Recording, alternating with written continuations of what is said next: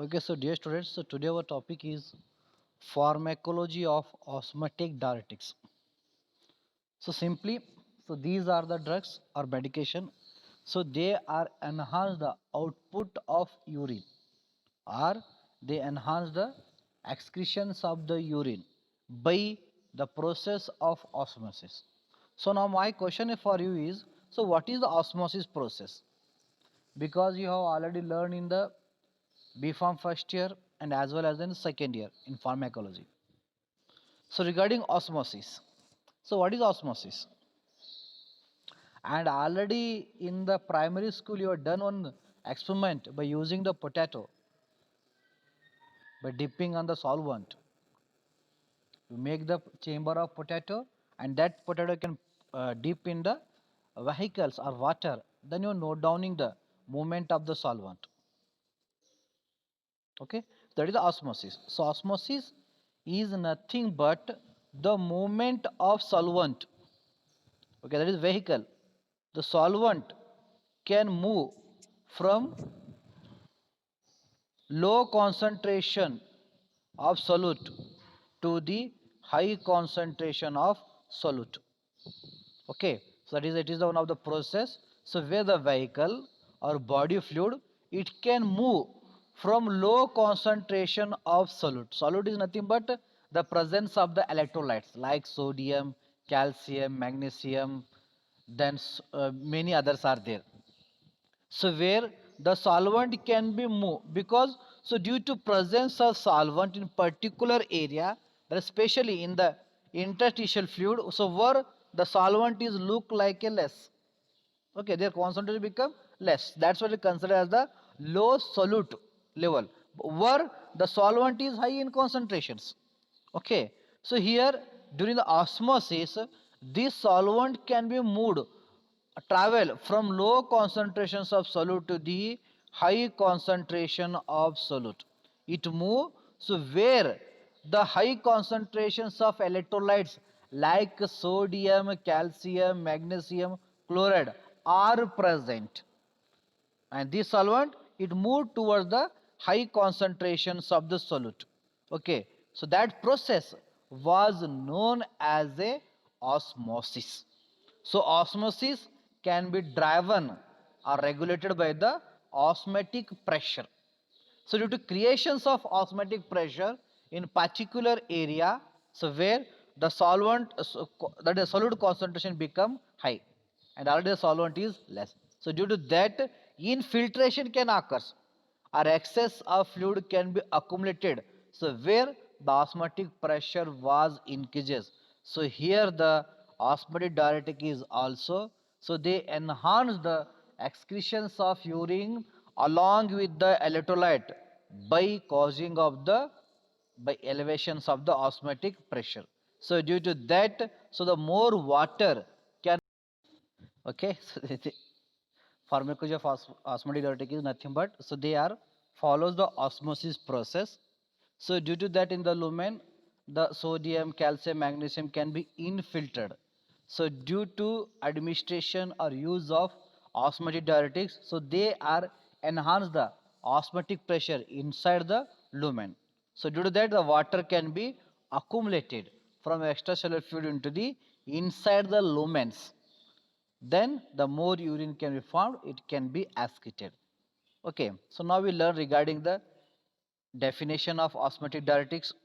So osmotic diuretics are the substances, so they are freely filtered at the glomerular apparatus. So they can cross the glomerular apparatus and enter in the proximal tubule, so as well as the loop of Fresnels.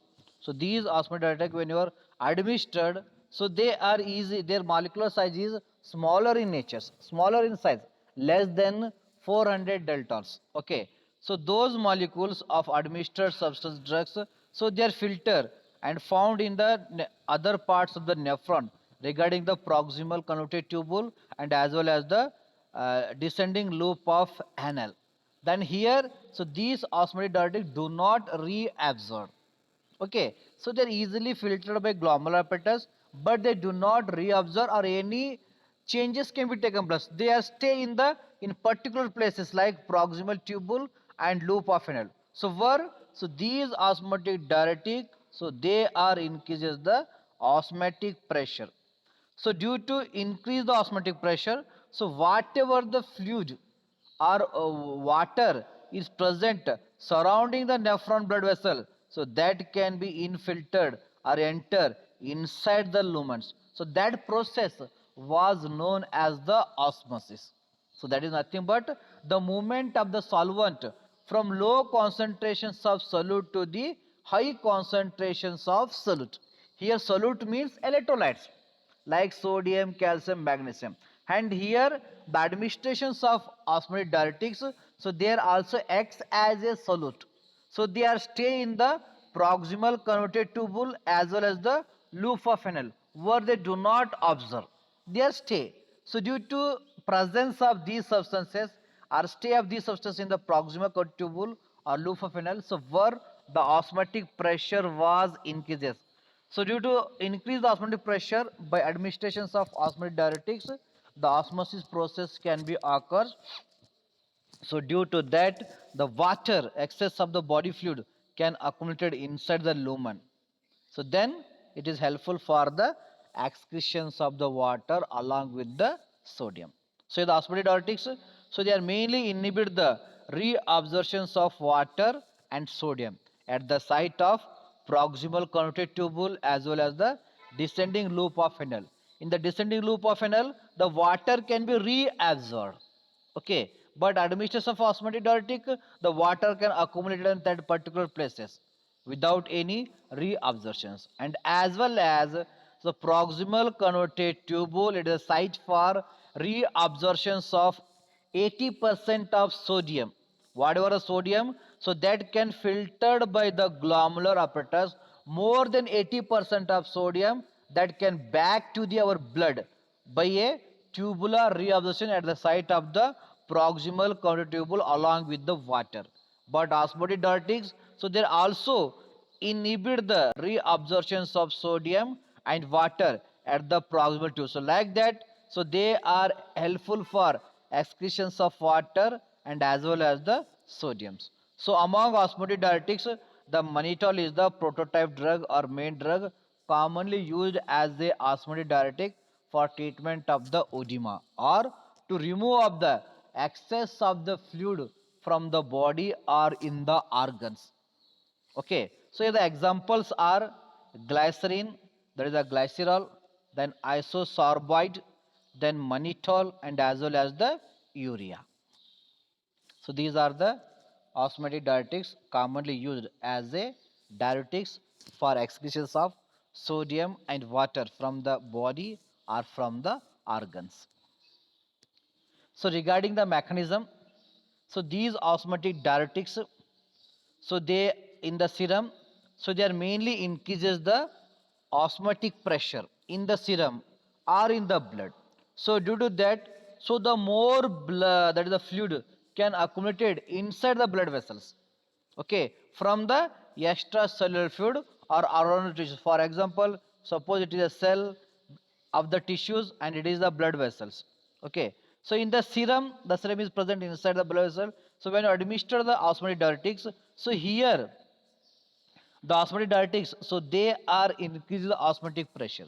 So whatever the fluid or water the present between the tissues or cells, that is known as the interstitial fluid. So that fluid can infiltrate into the lumen of the blood vessel where the that is the osmotic pressure was increases. So due to that, this phenomena is responsible for to remove of the excess of fluid from the interstitial fluid or between the tissues. Then they are enter into the kidney through the kidney, so that fluid can be excreted. So here also in the serum, the osmotic diuretics, so they are enhance the shift of the water into the intravascular space, and also so they are increases the binding of water. So due to this phenomena in the brain, also whatever the fluid, so they are present in the brain tissues. Okay, so that also enter into the blood or removed, and this phenomena is helpful for to decrease the intracranial and intraocular pressure. Okay, so in the eye also lot of fluid is present. Okay, so during the any surgery of eye, so that fluid can create the problems, because due to accumulation of fluid the intraocular pressure was increases, so that pressure was responsible, or it can create the problem in the eye surgery. Or in the brain also we having the cerebrospinal fluid, it can neurosis the CSF, it can neurosis the brain. If any inflammation, if you want to do brain surgery, means it is not possible, because so due to presence of cerebrospinal fluid, the intracranial pressures can be regulated. If the fluid is increases, the intraocular pressure, intracranial pressure is also increases. It can create the problem regarding the normal functions of brain. So due to increase the intracranial pressure, the patient may be suffering from the seizures or epilepsy, or may be suffering from the brain tissue damages. Okay, so that can be avoided by administrations of the osmotic diuretics, because so administrations of osmotic diuretics, so they are enhance the osmotic pressure in the brain tissues, that is the blood vessels of the brain or in the eye.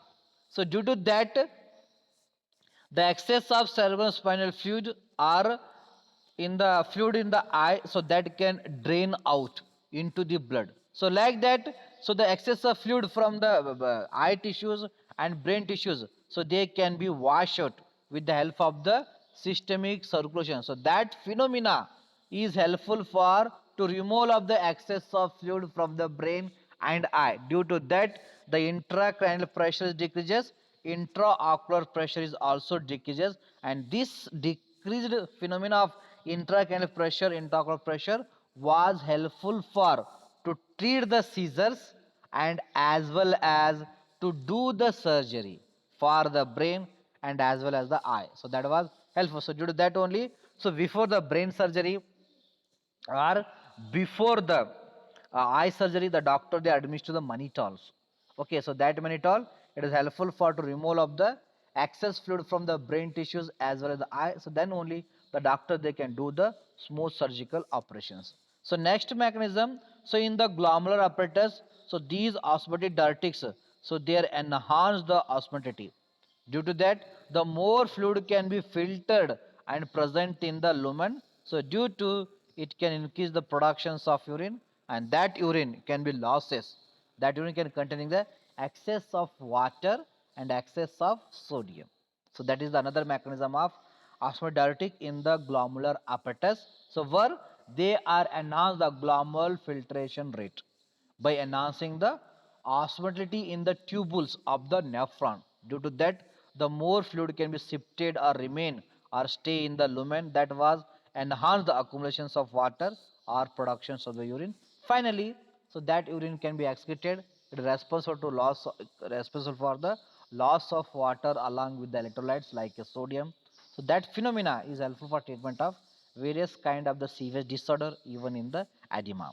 Another one, so in the proximal convoluted tubules and the loop of fennel, so where so these osmotic diuretics, so they are mainly inhibit the reabsorptions of water. One side, so they enhance the accumulations of water in the lumens of the proximal convoluted tubule and loop of fennel, then increase the productions of urine. And another mechanism in the same side, so they are inhibit the reabsorptions of water. Due to that, once again, the more urine can be formed, it can be excreted from the body. So like that, the osmotic diuretics, so they can decrease the excess of the body fluids along with the sodium. And sodium is the main precursors for various serious disorders. So that's why osmotic diuretic is also used in the management of the various serious disorders. So regarding the pharmacological actions, so here the osmotic diuretics, so they are mainly acts on the proximal convoluted tubule as well as the loop of the Henle. So where they are retard the reabsorptions of water, and also so they are causes the or enhance the loss of water as well as the sodiums.